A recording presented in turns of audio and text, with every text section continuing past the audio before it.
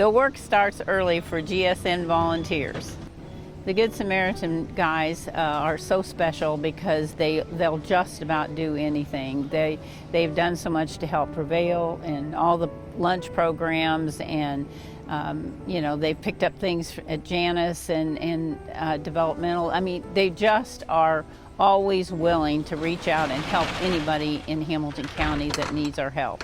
A lot of our agencies and a lot of the programs that run do not have the manpower to be able to get this kind of poundage off of trucks and into sites where volunteers can break it down and package it and get it ready for distribution. My passion is that we keep these kids fed throughout the summer months. There's a lot of muscle that goes into this every week of the world, and this is something that we have to have. And it's so nice to have the communities and the cities behind us helping us move this product for the betterment of our community children and youth, and I think it's just phenomenal to see what they do. And time is of essence because you only have so much time from the time you get it from Kroger to the school. You can see how clean and mean this program is. The community really does come together, so then it's now organizing it. How do you feed 650 kids on a weekly basis? So what we provide for them is breakfast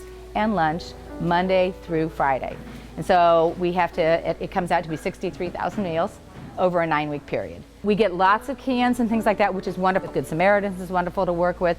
But in order to give these kids all of these fresh apples and fruits and cheeses and meats, which we really think that they need too, that's where the money goes. And so we go out and ask people for the money for that, and that's how we purchase all of these other items to go along with kids for their weekly food. It gives you the chills when you see what is needed and how much struggle there is in our community. I think just thinking that we're such a wealthy community in a lot of different ways, but there are families that need our support, and it brings us all great joy to be able to be there for them. Many of us take for granted that we know where our next meal is coming from, or that we can buy something.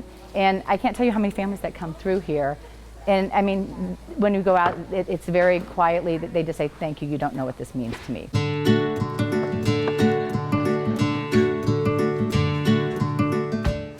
We're now at Ivy Tech in Noblesville. We've come from Fisher's Youth Assistance program for summer lunch, and now we're at Noblesville. Aren't the numbers increasing every year? Oh yeah, numbers are increasing every year. This year's been our highest so far. We're serving 350 kids this summer. Last year we ended the summer at 250 kids, so we jumped 100 kids just in one summer. We wouldn't have this program if it weren't for people giving us cash. While, you know, I wish that our program was one that could fund the whole thing just completely on its own, but we can't. The need is too great, so honestly, without the donations from the community, this program would not exist.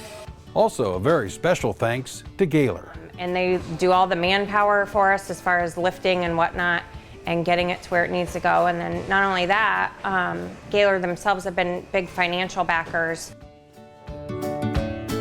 Fueled for School was born out of a need in our community to fill the tummies of food insecure youth here in Noblesville. Heavy box. We run a 10-month program. We run during the school year, all 10 months that school is in session here in Noblesville. It's going to be a little bit different than the summer lunch program. In fact, together we tag team to make sure that the children are covered completely for the entire year. We're here today working with Fueled for Schools, and we're so excited about their program. And with me today is Chris Jensen and Christina Trusty. And Christina's going to talk to us a little bit about some of the stories that she has that perpetrated this whole process. I, of course, have a million stories to tell. It might be a story about a kindergartner who gets his weekend meal pack and hugs his peanut butter jar every time it comes home on Friday. I could tell you a sad story about a second grade student who asked to use the restroom at lunch almost every single day.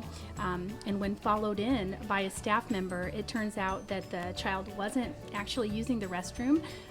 The child was actually taking food from a cafeteria garbage can.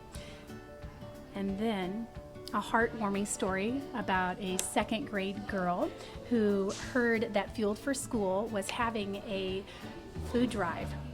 And this little girl was actually a meal recipient herself. And she felt compelled to help another child in need. So she opened up her own weekend meal pack.